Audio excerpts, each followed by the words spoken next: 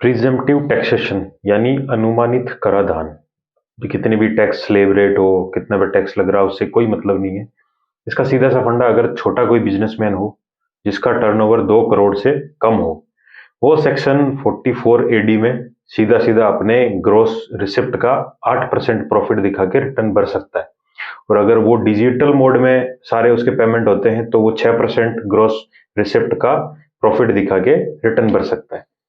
दूसरा, अगर कोई रेजिडेंट इंडिविजुअल यानी इंडिया का रहने वाला, मेडिकल फील्ड से हो गया, legal, engineer, architecture, accountancy, technical consultancy, interior decorator, इन प्रोफेशंस में अगर वो है और उसका ग्रोस रिसिप्ट 50 लाख से कम है, तो वो अपने ग्रोस रिसिप्ट का 50% इनकम दिखा के रिटर्न भर सकता है।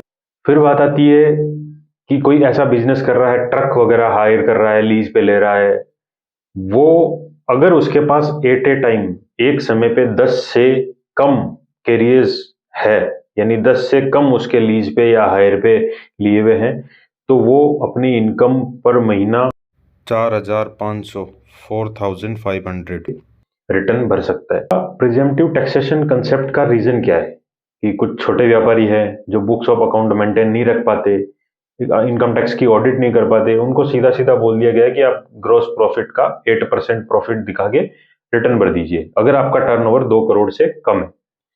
और उनको एडवांस टैक्स में भी, एडवांस टैक्स 4 इंस्टॉलमेंट में भरी जाती है, 15 जून, 15 सितंबर, 15 दिसंबर, 15 मार्च।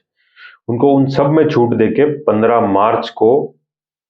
मार्च तक उनको सारा का सारा टैक्स पे करना होता है, एडवांस टैक्स। उससे पहले की सारी इंस्टॉलमेंट उनकी नहीं भरनी होती।